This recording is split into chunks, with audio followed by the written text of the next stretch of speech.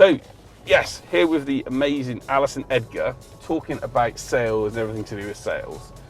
And Alison, just before we talk about, some of the stuff that you do and the work you do, give us a bit about your background. You mentioned that because you're obviously your dulcet tones, you're obviously a lovely Scottish lady that you've come down from Scotland, and you've obviously had a career travelling all over the world and doing different things. Tell me, but just what was your sort of potted career history, basically?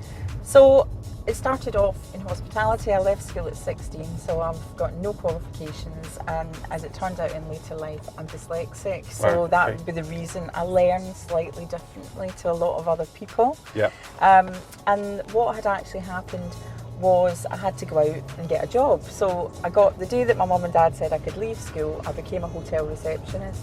Wow. Okay. And I thought all you did was hand out keys. Literally, it just shows you how disillusioned you become. But it was one of the best things I ever did because it was a really small hotel. So I did everything. I was like emceeing weddings when I was 16. Wow. Yeah. I was running every penny that came through the hotel. There was, and I'm going to sound really old now, but there was no computers. Yep. It was all done manual tab.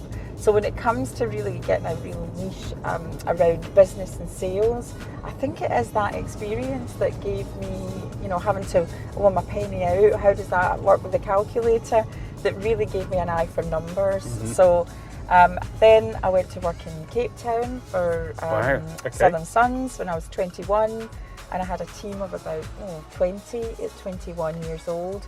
Then from there I went to Jersey. I worked in Jersey for a year in the Channel Islands, and then after that I went to Australia for a couple of years and I worked for Radisson. Came back to Scotland, still working in hospitality, and I met my husband, who is a software developer. Okay. And he had a Monday to Friday 9-to-5 job. Actually, and he ended up working here, the place that we've just driven past. Okay. And I had to get a real job, so I couldn't really get a real job, so I ended up in sales. I couldn't get a real job, so I worked in sales, and I became one of the top salespeople in BT's first ever call centre. Okay. In Motherwell, just outside Glasgow. So I was in the chicken coop, a really hardcore dial-out, outbound calls. And I won prizes, I won trips and all that. It was all going really well. Then we moved to Wiltshire. That was 96, and this is going to make me sound a little bit weird, but I really, really, really wanted to work for Yellow Pages at that time. Okay. Because the salary back in that was a cracking salary. I think the basic salary was something like 28 back in 98. So good. Really good. So they wouldn't take me on at first. I think that's a top tip for the viewers and the listeners, is they wouldn't take me on because I didn't have field sales experience. Okay. So I had to get a job with Dow Egberts, the coffee company, do a year and a half in field, and then tap on the door again and say, I'm back, I've got the experience. And they took me on, and I was there for 15 years. So, but as they moved out of paper and into digital, we just weren't aligned anymore. And I then decided I would set up my own company, and that's how I became what you have now, which is a sales mentor and coach and someone that helps lots of other businesses. And it's amazing listening to that story of all the different roles you did in the different companies. And I guess what that also tells you is that sales and business actually doesn't matter. It traverses so many different industries, doesn't it? If you can sell, you can do anything. Literally, it doesn't matter.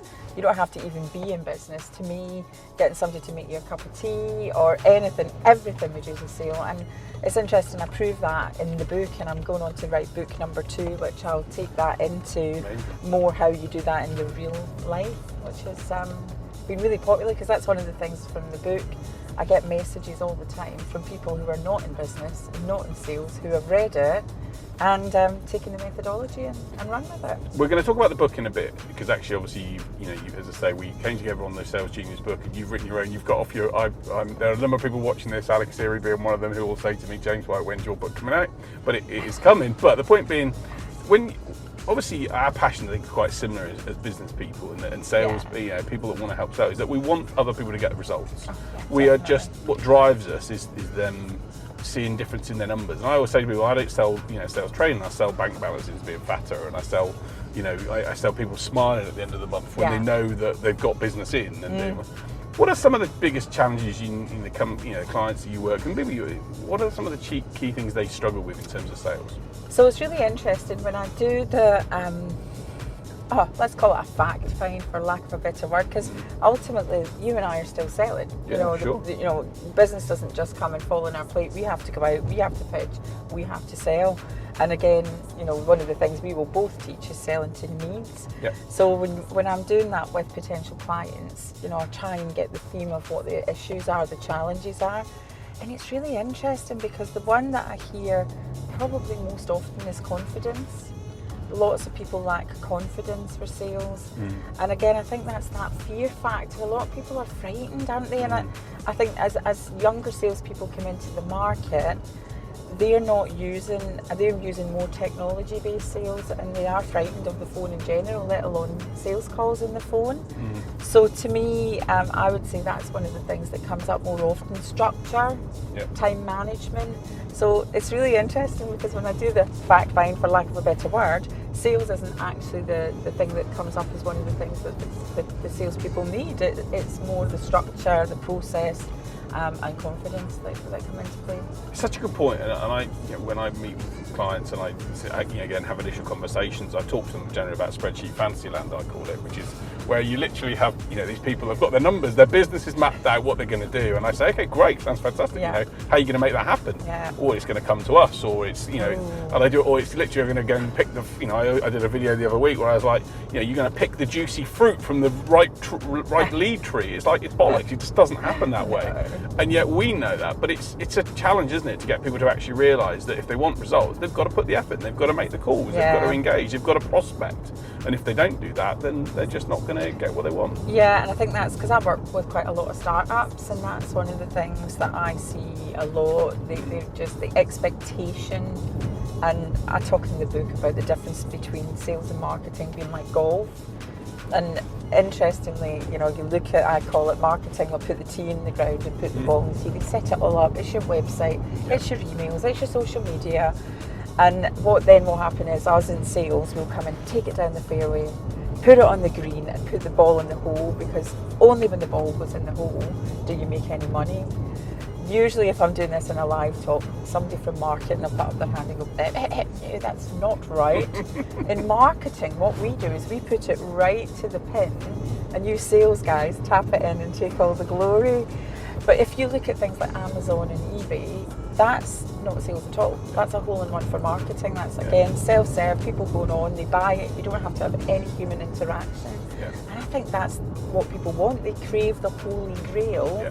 But it doesn't happen like that. And again, especially in business-to-business sales, it is, to me now, there's a lot of talk on in LinkedIn, is cold calling dead or alive? And, I do some work with Daryl Prale or Dan Disney or, those guys who are really in that field. And I think it's the combination. I think you do, it's interesting, you say to me, all these people know who Alison Edgar is. I know who you were before I met you.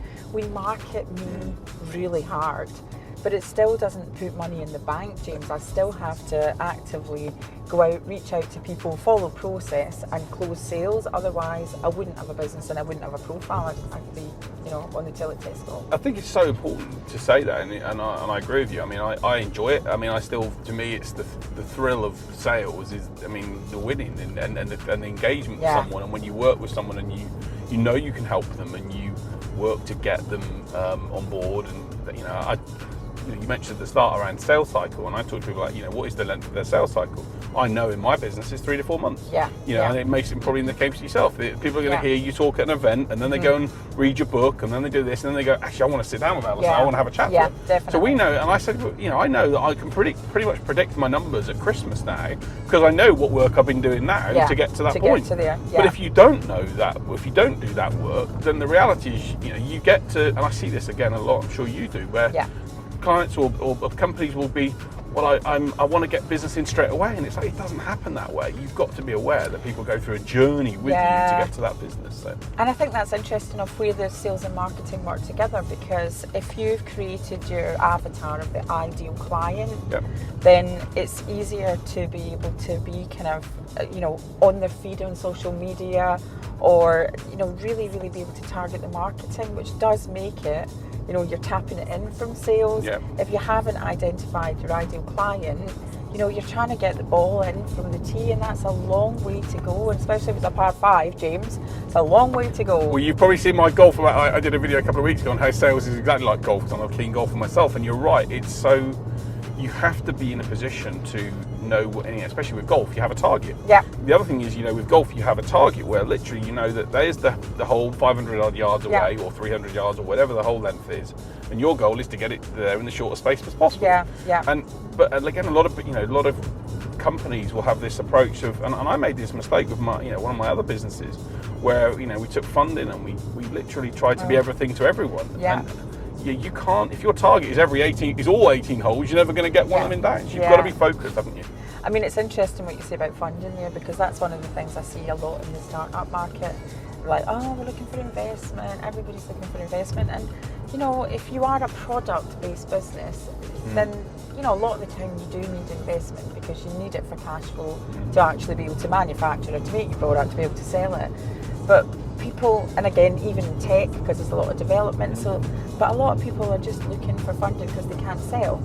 You know, if you're a service-based business, why do you need funding for anything? Ultimately, grow it organically, and you keep 100% of, you know, the business to yourself. Well, we should talk about that, because trust me, I learned that lesson. I grew it organically, and then I wanted to speed up. I wanted to press the accelerator button, and it was probably one of the worst things I did. Not worst things, that's harsh, but it made me focus on other things rather than actually looking at customers and satisfying them and working them through. But we'll come back to that maybe after. So talk to me, you know, in terms of, obviously what you do and help people to sell more effectively. You mentioned confidence, and you mentioned that they try and do it too soon. What are some of the other common mistakes that you see, you know, so many of the clients, even at corporate level, who I think do it even worse sometimes than others? What do you think some of the key mistakes that they make that, you know, if I was saying, you know, Alison Edgar's top 3 tips, basically, what would they be? So, and again, it's interesting. I can remember working for a boss who was an area sales manager, and he was horrific, right? He was really shouty. He was really, I think he was from Leeds. He was really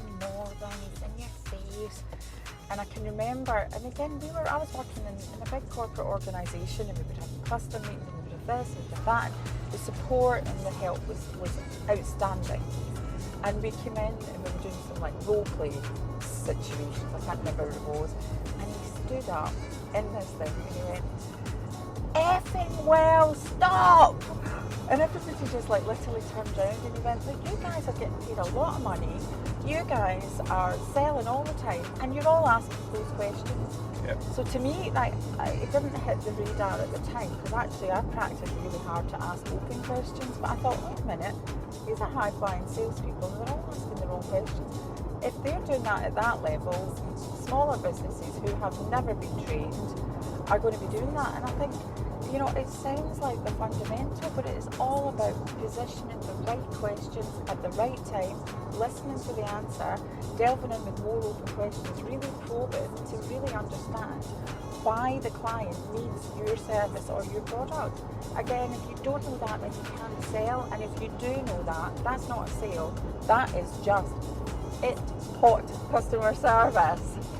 You know, that's why I love these sessions, because it's so great when you talk to a like-minded individual who knows exactly what to do in these environments. And you're right. I mean, the Albert Einstein quote, you know, if I had an hour to decide on what to do in my life, I'd spend the first 55 minutes knowing what questions to ask, you know, people don't ask the right questions, or when they do, they don't ask questions that, I call them the Kipling questions, the who, the what, the why, the where, the tell me more, but whatever, you know, and doing it in a way with great tone, great empathy, and suddenly people will open up, won't they? Prospects just start to go, it all flows. And even then going even further in, so who else are you considering for the purchase, and why are you considering that? And how does that fit in with costing wise? And how does that, and again, you know, you can get all the information because it's a conversation, whereas you can't get that if you're going tell, buy my product, it drives me mad. It's such a good point, and you know, one of the things that you might have seen, and you probably have seen it, I have a model around how sales is like dating, and I say to people that, you know, the fourth stage in that process is the initial date. And I said to people, if you went on a date with someone literally and you went to a bar and they literally talk to you non-stop for 30 minutes and just, this is who I am, what I do, by the way, this is everything about me, how great I am, blah, blah, blah. I said, would you go on a date again with them? And everyone's like, no, of course I wouldn't. I said, so why do you do it in sales? Why do you expect to go in and talk to someone and just talk at them for a long period of time and expect them to suddenly go, oh, you're amazing, come and do business? I mean, and it's interesting. So one of the things that I teach is about behaviour. So I'm a DISC practitioner. So it's really getting to not only know the questions, but that's another one of the takeaways is that different people want to be dealt with in different ways. Yeah. And again, if I'm doing live sessions or I'm doing training, I'll go, put your hand up if you were brought up to treat other people the way that you want to be treated. And they'll put their hands up and I'm going, well, don't. Treat them the way that they want to be treated. And I think that's where, DISC, the task, relationship, introvert, extrovert, when you really get your head around that and the sales process, it just flows. And a lot of the time, I love sales. Like, when I talk about it, I kind of feel my little face lighting up. And one of the things is I talk about Swan Lake. And so I'll ask questions like, so if you watched Swan Lake at Covent Garden and you watched it at Sydney Opera House, do you think it would be the same steps? Would the dancing be the same? And they're like, well, yeah, pretty much, yeah, it'd be the same. So if I go out on field accompaniment, some of the clients I'll go out and we'll go and see clients face to face, and they don't say I'm the sales trainer, they'll just say I'm thinking about working with a company, and I'll sit there and it's like the magical dance. If that's a good salesperson that's actually followed and learned what I've taught them, I'll know the next word that's coming out their mouth. I will know where they're going, I know what they're saying, I know what the outcome is. And I think that's the thing, that sales is a magical dance, but if you don't know the steps, it'll look like you're, like my dancing probably. So I think it's knowing those things, and that's what makes a difference through the results. It is great points. Got to be able to have that ability, like you say, to know what happens and know the steps and the process. And we talked earlier on about process, but and I talk to people about sales engines, and actually, this engine of a car, knows what's going to happen. Every bit knows, what's going to go on at certain points in time. And sales is no different. You've got to be able to have that engine. You've got to be able to know that actually, when I press this button, something happens, which triggers off something else, which triggers off something else. So it makes it a big difference. So talk to me about when you said you were in the chicken coop at BT. Yeah. Tell me God, don't tell them I said that now. Oh no, you mustn't. Well, we'll edit that bit out. But the whole idea of what it was like to work in that type of environment, how was it, and what good grounding did that give you from a sales perspective? Do you know?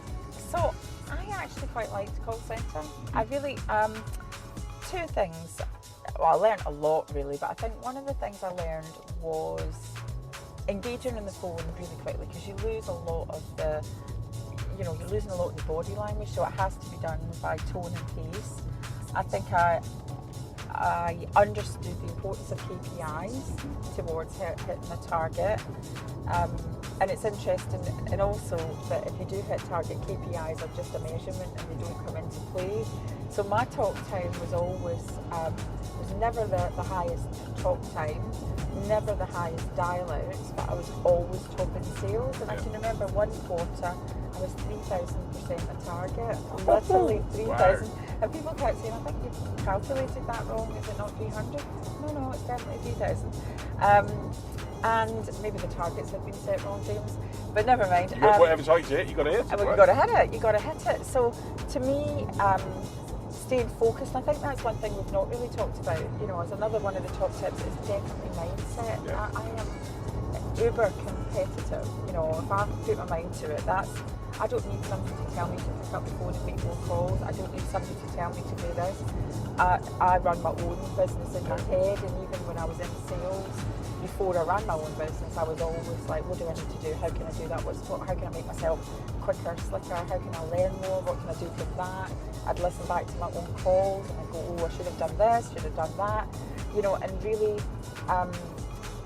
practice now what I teach. I mean, the thing with it is I was never a sales trainer before I set a sales training company up. I was just really good at sales.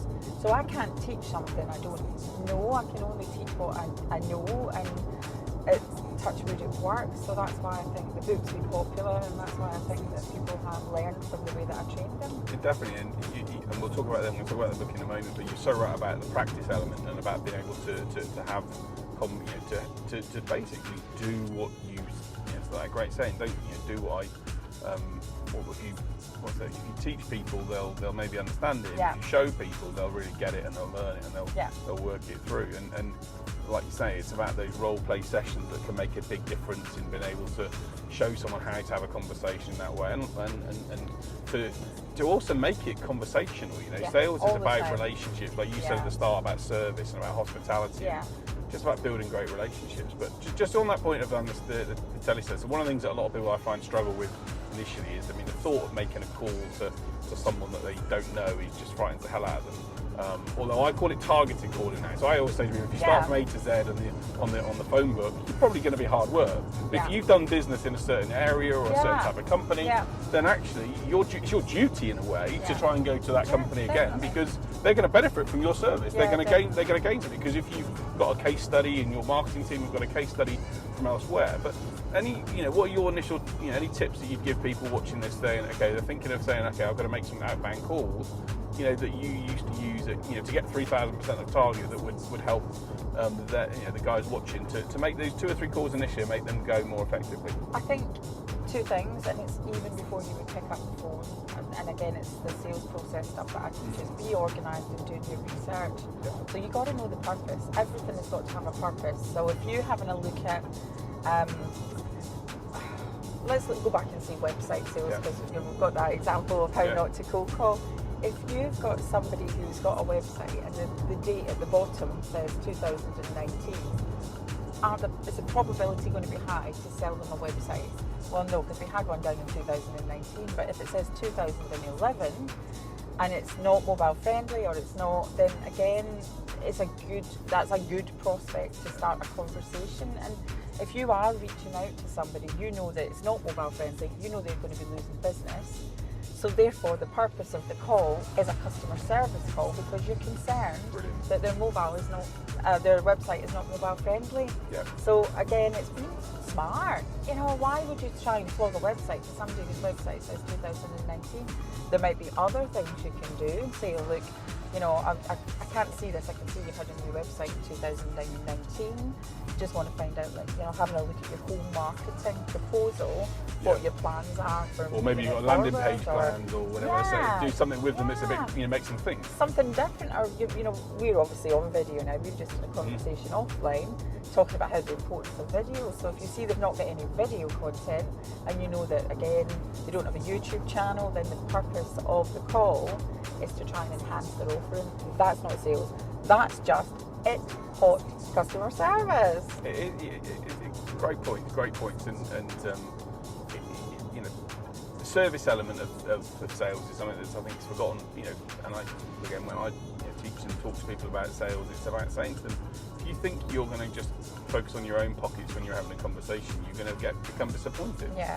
You've got to focus on really what is it going to do that's going to make a difference to that person. How are you going to change their world? How are you going to make, whether you're in business to business or business to consumer, people still buy selfishly. So if you're selling into a business environment, how are you going to make that person go, this is a good choice to go with Alison, James, whoever, because they're going to make me look good in front of my bosses or whatever people. And people buy because those factors. If you can build a rapport with them and then show them the impact you can have on their world, it's going to make things a lot easier to do and a lot simpler, isn't it? So do you want a laugh about the call centre days? Come on, let's have a laugh. Come on, are we allowed? We might have to edit this one out, but we'll see. Come on. So we used to sell the very first mobile phones, and everybody had pagers, so pagers were the big thing. So I was the queen of selling mobile phones, because imagine the flexibility, imagine being able to make calls from your car or the street, imagine. And now imagine not being able to do that, you look how far technology's actually come. Well, it's such a good point, and the first thing, so obviously this is going to be a series I'm going to be doing, having conversations with great sales experts, and it's great to have you in the car to talk through this. But the first person I learned from was my dad, who was a sales director for a security company, and he was the first person that did this session. So, and I remember exactly that his mobile phone was, he sold in the late 70s, early 80s, when it was completely different to what it is now. And I think it actually goes back to your mindset thing around, I said to my dad about how to make calls. pause. He's like, well, you had nothing to do, but you had to pick up the phone, or you had to go and book appointments. Yeah. You had to literally go and be there. Yeah. And a lot of business people and salespeople, I think, are a bit lazy now. Would you agree? Or not lazy, but they're a little bit. They want the easy route to get success rather than actually thinking. I don't know if it is lazy. I wouldn't say it's lazy. I do think it comes back down to confidence and expectation management. That I think they think that by doing a few tweets, a bit of social, a bit of LinkedIn, will make the floodgates open for sales. So I think it's expectation management. And I'm going to call that. Maybe I'm going to be a bit harsher. I'm going to say, you're right. I always say people likes don't pay the mortgage. Yeah. So actually, you can have likes all day long, but if you're not going to be able to pick up the phone and go and visit someone, go and be diligent in trying to engage with them, you're not going to get any joy. But maybe lazy is a bit harsh. But I just sometimes feel people. Harsh, James, I'm harsh, but I just sometimes feel like it's something you can't sugarcoat stuff. There's no point trying to say to someone that it's going to be easy as well, because that's the other thing, people want it to be easy, don't they? They want it to be really simple. They want it to be literally, customers and new business dropping at their feet, and I say it doesn't work that way. But then if you look, then sales is where the big bucks are at. That's why so many people want to be in sales, and if it was that easy, then everybody would be doing it, and it's not that easy. It's for the special ones like us. Well, we wouldn't say that, but anyway, so let's talk about your book then. Let's talk about what prompted you to... this book? Yeah, you got to put it on there. There we go. You've got to get it. It's a great book, and I've read it as a result of our work that we did in Sales Genius. I ordered it online, and there was a number of things I really liked about it. But one of the things for me is, about books. What prompted you to write the book? Why did you tell us a little bit more about, what made you, and have the discipline? Because one of the other things about it, I haven't. Yeah. I've got to be honest with you, sales is about a discipline, and I've certainly not got the discipline to write. But how did you find writing it, especially since you mentioned, with your dyslexia? How did you find that? So the first thing was the book called me. Really, I didn't necessarily set out, just as I never set out to start a business, I never set out to write a book. Yeah. But when there used to be quite a bit of government funding that I would work with the clients on, and when they pulled the government funding, there was a real load of people that couldn't afford to pay for my services. So how do you help as many people as you can? That's when you write a book. Yeah. And it was funny because I started to write it and I tried to cut every single corner in the world. So I thought, well, I know, I can narrate it into a dictaphone, send it off to the Philippines or somewhere else, come back and voila, I'll have a book. That didn't work. Yep. Then I thought, well, I'm going to get a ghostwriter. That's it. They can just interview me. That's fine. I'll pay their WADA for that. Job done. I'll have a book. Came back and it just didn't sound like me. Because you're bubbly and energetic. It wasn't awful, bless the ghostwriter, but we had to rewrite about 90% of the book into something that I would have said. The flow, it's your brand. It's got to be you, isn't it? Yeah. And when I've seen you present, and you're just energetic. You are who you are. You're a person that cares. You want to come across in that way, and sometimes, like you say, that's difficult, isn't it? If you get someone else. It was horrific. So what I did was, touch wood, I've got a great team, all young, but they're all ex-graduates or apprentices, and they're young. We have a great time. And Kaya, who was working with me at the time, I kind of kicked them out to go travelling. That's my big thing. When you go travelling, and touch wood, 3 of them, I've got one in Canada, one in Australia, and one in Portugal. They've gone off to do their own thing, which is fantastic. Brilliant. So Kaya would literally, some days just tie me to the chair and not let me do anything apart from write.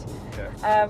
And I've discovered new tools. Like on my Mac, I call it Fiona, who audio I type it, she reads it back to me, which has been a really good advantage as a dyslexic. Yeah. So, but yeah, that's the discipline came because we then got a publisher, or we were with an independent publisher. She put deadlines in. Right. So again, coming back to sales and discipline, if you've got a target, if you've got deadlines, you've got something to work towards. Without those, then I don't know if I would have ever got through because I'd have pushed it off as a manana job. Yeah.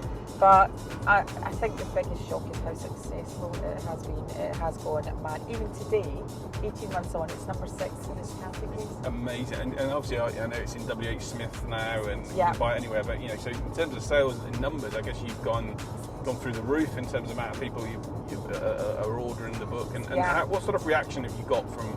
Because we talked about at the start about the reaction that we have when we both help people. And what's been the reaction that people reading the book?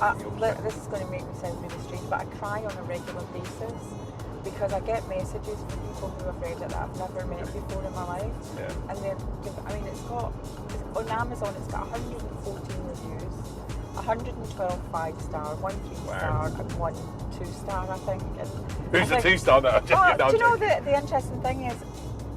it comes back to sales. You know, you can please some of the people some of the time, but not all of the people all of the time. Not everybody's going to like your style, not everybody's going to like my style, and I think that the secret of that as well is tenacity. You know, literally that's your opinion, great, thanks very much, but I'm going to read 112 that love it. So there's money there. You know, rejection in sales is massive, so you can either concentrate on the ones that don't like you or just keep, you know, pushing on to get the ones that do. It's such another brilliant point, because, you know, again, people worry, go back to what we said at the start, you know, people worry about this rejection, they're worried about actually, oh, no one's going to like me, or, you know, it's not, and I say to people, it's not personal. They're not saying, I don't like you, James White, they're just saying that you're to, and even then, half the time, people, I think that's the other thing about persistence. I often talk to people about persistence, and one of the times, sometimes I've rung prospects when I've rung them literally on a Monday, and they've told me not interested, don't go back to you, but I can tell in their voice that it's just that they're flustered at the moment. They're busy. And then I phone them back on the Thursday when it's potentially a bit, and they're able to have a conversation and more structured start. It's just they didn't want to be interrupted at that time. But obviously, where can people get hold of your books? Obviously, it's a great. We're coming to the end of the session. It's a great privilege for me to have you in the car. And where can people get hold of you? And when are you speaking next, first as well? So when they can obviously get hold of your book and on your website. Which your website the book, Secrets of Successful Sales. Best way is Amazon. Amazon.co.uk, Amazon.com. Just Alison Edgar, you will find it, no problem at all. It's on special offer a lot of the time. It's on Kindle and also Audible, narrated by me. How do they get hold of me? I would say just jump on any social media. I am always in pink, and I am on there a lot. On Twitter and Instagram, it's at the Alison Edgar. LinkedIn, Alison Edgar. AlisonEdgar.com.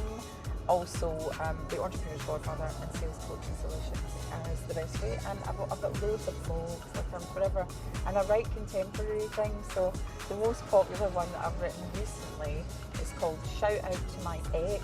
Okay. Is that a little mix song? It is. It's about, and I try and again make it quite contemporary. So it's about Perry Edwards getting dumped by Zayn Malik. But what I do is I bring it back to rejection in sales. Nice. Because I had a mentor that I was working with, and after 2 sessions, he says, "It's not me, it's you. I don't have any time." And again, you take that personally, right? Rejection in sales. So I wrote Shout Out to My Ex, and also another one is about ghosting. So a lot of new stuff even after the book is available on the website. Brilliant, and obviously, I know you. And what we'll do actually, I've just decided this now. What we'll do is, if anyone's watching the video or has seen it on social media, if you want to put a comment in the section, copy so James White Sales and Alison Edgar into this. What I'll do is I'm going to get 3 copies of the book, and the first 3 people that do this, I'll send out a copy to everyone, so that they don't even have to pay for it. There you go. So we'll get 3 copies of the book sent out to the first 3 people that reach out to us on social media. Look, our goal, I know from Alison, from when we wrote the Sales Genius book, my goal and Alison's goal is to help people get better sales results.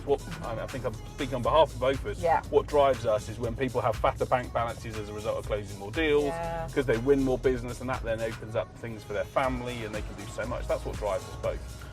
And I think that's the key thing. I mean, do you know what's interesting? It's interesting when we close a sale, we get that inner buzz, but it's like multiplying it by 1,000,000 when somebody else closes the sale and you know that you've been parted to helping them. It's a great feeling. Brilliant. Look, anything final tips from you, Alison? We're nearly back now where we were. So, any final tips from you in terms of, if someone's watching this thinking, how can I get better at sales? What would you say to them, the top 2 or 3 things to do? So I would say come and see me live at the business show in London, which I think is the 26th of November. I'm also in Southampton in October, which I think is the 11th as well. And I will be at GB Expos throughout the country. And I would say look at the book. The 4 key pillars are behaviours, process, strategy and confidence. Those will see you right and help you to make some sales. Awesome. Look, absolute privilege for me to have Alison in the car. She's an absolute sales legend. So thank you, Alison, for your time. I know you're a busy lady with lots of stuff going on. So it's been great to hear your wisdom and thoughts. I know it's going to be useful to so many people watching this. And my message to you is, if you're watching the video and literally thinking, I need to get better at sales, or not sure how to do this, or even if you're putting your head in the sand and not getting the numbers that you want, don't carry on doing that. At least there are so many resources. Both myself and Alison have free resources, videos, materials. If you're sitting here thinking, I can't do this, just take some time to read, look at books, look at materials, because you can if you want to.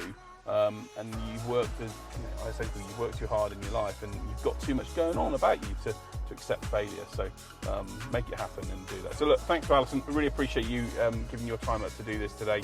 That was the second episode of Sales Conversations with Sales Experts. So if you're watching this and look to you should be in the chair alongside myself and being in Alison's position, let me know. Reach out to Alex at jameswhite.business and we'll get you in the chair. But look, thank you, Alison. Much appreciated. Much really so good. much. Thank you. And here's the final thing. There's the book. Go and buy it. Or, as I mentioned, if you want to be one of the first 3 people, I'm going to give away 3 copies of the book, which I will put in. Anyone that follows myself and Alison, reach out to us and we'll get you a free copy of the book so you can get better sales results. So that's it from me, James White, UK's leading prospect conversion expert. Thanks for watching the video and hope you enjoy, and look forward to sharing another Sales Conversations with Sales Experts really soon.